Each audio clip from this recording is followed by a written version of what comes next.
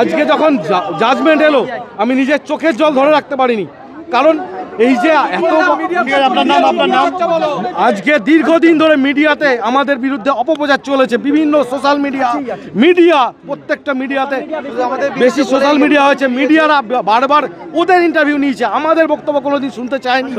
আমরা বারবার বলেছি যে আমরা যোগ্য, আমাদের কোনো রকম আমাদের মধ্যে ভেজাল নেই, আমাদের 32,000 একেবারে 32,000 প্রত্যেকে যোগ্য। 2.5 বছর ধরে আমরা যে মানসিক যন্ত্রণার মধ্যে দিয়ে যাচ্ছি, তার প্রধান স্টেক হোল্ডার কিন্তু মিডিয়া আমাদেরকে দিনের পর দিন যেটা সত্যি সেটাকে না প্রচার করে এক তো আমাদের বিরুদ্ধে আমাদেরকে স্কেপগোট করে একরকম বিচার দেওয়া হয়েছিল, একরকম জাজমেন্ট দেওয়া হয়েছিল, যেটা সম্পূর্ণভাবে রাজনৈতিকভাবে তার ষড়যন্ত্র করে, সেটা তার বিরুদ্ধে আমরা গেছি, আমরা আমাদের নিজেদের জন্য লড়াই করেছি, কিন্তু মিডিয়া আমাদের সঙ্গে সাথ দেয়নি একটা সময়, কিন্তু একটা সময় পরে হয়তো কিছু মিডিয়া আমাদের সত্যতাটা দেখিয়েছে। আজ আমরা যে জয়টা লাভ করেছি সেটা আমাদের 32,000-এর জয় তো বটেই, তার সঙ্গে সত্যের জয়, এটা আমরা সারা জীবন মনে রাখবো। হাইকোর্টের ডিভিশন বেঞ্চ প্রমাণ করেছে যে এরা যোগ্য এবং এদের চাকরি বহাল থাকবে। আজকে 9 বছর পরে যদি এদের চাকরি চলে যেত এদের পরিবারগুলো কোথায় যাবে? সুতরাং যে বিচারপতি রায় দিয়েছে সেই বিচারপতি বিজেপির এমপি, এবং আমরা স্পষ্ট প্রথম দিন থেকে বলেছি এই রায় রাজনৈতিক উদ্দেশ্যে রায়। আজকের বিচারপতি তপব্রত চক্রবর্তী যে রায় দিয়েছে, সত্যের জয় হয়েছে, যোগ্য ক্যান্ডিডেটদের জয় হয়েছে, তারা দিনরাত সেটা তাদের আইনি অধিকার, তারা যেতেই পারে, কিন্তু 32,000 চাকরি প্রার্থীর এটা জয়, ফলে এই জয়টা যোগ্যতার জয়, এদের পরিবারটা বাঁচলো। আজকে আমার এই যে আজকের রায় আজকে আমাদের রায় হচ্ছে সত্যের রায়, মানবিকতার রায়, স্মৃতিশক্তির রায়, মেহনতির রায়। আমরা যে সত্যিকারের প্রিপারেশন নিয়ে যে আমরা যে এতদিন ধৈর্য ধরে আমাদের মানসিক যন্ত্রণা দিয়েছেন, তার প্রতিশোধ আমরা আজকে ফিরিয়ে পেলাম। তাই মানুষ দেখুক, পশ্চিমবাংলার মানুষ দেখুক, সারা ভারতবর্ষের মানুষ দেখুক শিক্ষাকে কিভাবে তারা ধামাচাপা দিচ্ছে, শিক্ষাকে ধামাচাপা দিয়ে কি করে তার রাজনৈতিক ষড়যন্ত্রকে মানুষের শারীরিক মানসিক, এই যে আমাদের কয়েকজন টিচার মারা গিয়েছেন, তাদের যে একটা আত্মহত্যার বলিদান তারা হয়েছেন, তাদের এই জীবনের বলিদান তারা আমরা যে সক্তব্য হই, আজ এই জীবনের কে প্রতিশোধ দেবে, কে এই জীবনকে আমরা ফিরিয়ে পাবো? 32,000 প্যানেলের মধ্যে থেকে একজন ব্যক্তিও ত্রুটিপূর্ণ নয়, এবং আমাদের এই প্যানেল থেকে কেউই কোনো রকম দুর্নীতির আশ্রয় নিয়ে চাকরি পায়নি। সেই জন্য আমরা এক্সপেক্টেড ছিলাম যে আমরা সত্যের জয় পাবো, আমরা যেহেতু দুর্নীতির আশ্রয় নিয়ে চাকরি পাইনি, আমরা সত্যের জয় পেয়েছি। সেই ন্যায় আজকে প্রতিষ্ঠা হলো, সত্যের জয় আজকে হলো। আমরা কোনো রকম দুর্নীতি করে বা কোনো রকমভাবে করে আমরা কোনোদিনই দুর্নীতির আশ্রয় নিইনি। আজ সেটা কোর্টে প্রমাণিত হলো।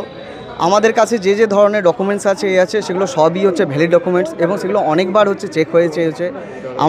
আমাদের টেট পাস সার্টিফিকেট আছে, আমাদের ইন্টারভিউয়ের লিস্ট আছে, সেই লিস্টে আমাদের নাম্বার ডিভিশন করে দেওয়া আছে, সবই আছে। কাজেই মানে যে ধরনের মিডিয়াতে যে অপপ্রচার চলছিল সেগুলো আশা করছি এরপর বন্ধ হবে।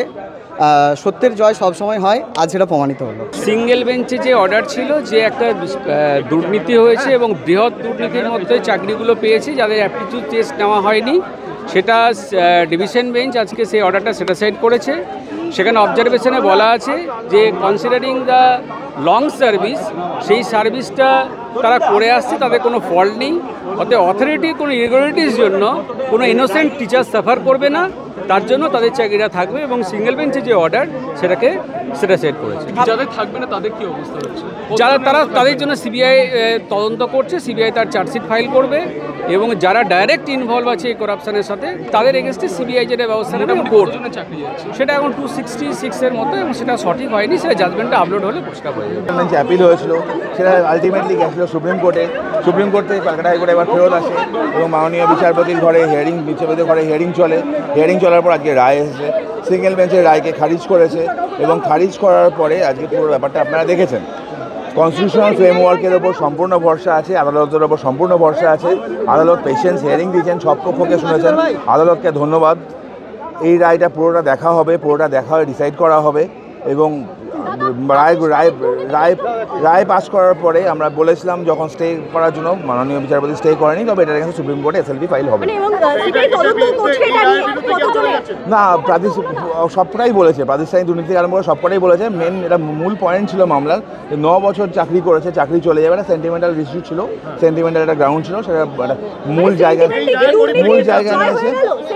দুর্নীতি জয় হয়নি, আমি আবার বলছি ইনভেস্টিগেশন চলছে, ইনভেস্টিগেশন চলবে। সিঙ্গেল বেঞ্চে যে ম্যাটারগুলো ছিল সেগুলো পেন্ডিং আছে, সিঙ্গেল বেঞ্চের ম্যাটারগুলোও চলবে এবং এটা আলটিমেটলি ডিসাইড হবে সুপ্রিম কোর্ট। আজকে আইদার অর রায় যেটাই হতো, যদি আমরা হেরেছি, যদি আমরা জিততাম, তাহলে আদার সাইড সুপ্রিম কোর্টে যেত।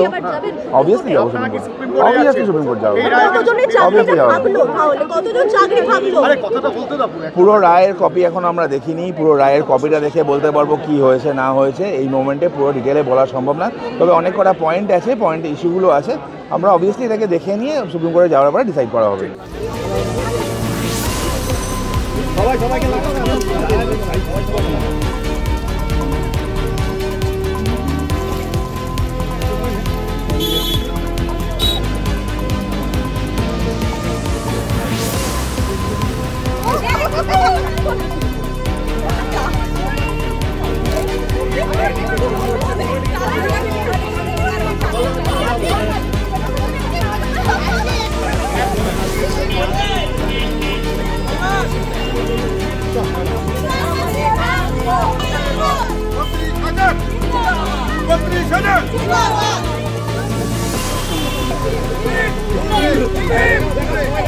যে রায়টা আজকে আমাদের বেরিয়েছে, আমাদের বিশ্বাস ছিল আমরাই জিতবো, কারণ আমাদের পর্ষদের বিভিন্ন লয়ার এবং আমাদের 32,000-এর বিভিন্ন লয়ার যেরকম ভাবে আর্গিউ করেছেন, আর্গুমেন্ট যেরকম হয়েছে, আমরা 100% আমাদের বিশ্বাস ছিল যে আজকে আমরাই জিতবো এবং সেটাই হয়েছে, যেটা আমরা ভেবেছিলাম সেটাই হয়েছে। আমরা অবশ্যই খুশি, আমরা বরাবরই আমাদের 32,000 নিজেদের উপর আমাদের বিশ্বাস ছিল, তার সঙ্গে সঙ্গেই আমাদের আদালতের উপরও ভরসা ছিল যে আমরা আদালত থেকে একটা সঠিক বিচার পাবো। একটা মুক্তির নিঃশ্বাস আমরা নিতে পারছি আজকে অবশেষে, সেটা তো ভাষায় প্রকাশ করার মতো নয়। তো এই পুরো যে প্রক্রিয়াটার সঙ্গে আমাদের শুরু থেকে শেষ অবধি যেসব যারা আমাদের উকিলেরা আমাদের সবাইকে সেই আমাদের আত্মপক্ষ সমর্থনের সুযোগ করে দিয়েছিলেন, যেটা আমাদের আগে ছিল না, তাদের সবাইকে অসংখ্য ধন্যবাদ। তারা আমাদের বক্তব্যকে ঠিকঠাক পেশ করতে পেরেছেন। এর বেশি আমার পক্ষে আজকে আর কিছু বলার নেই। একটাই কথা বলবো যে এখনো আদালত সবার জন্য দরজা বন্ধ করে দেয়নি, যারা বিচার চায় তারা অবশ্যই পাবে। ফলো করুন সংবাদ প্রতিদিন ডিজিটাল।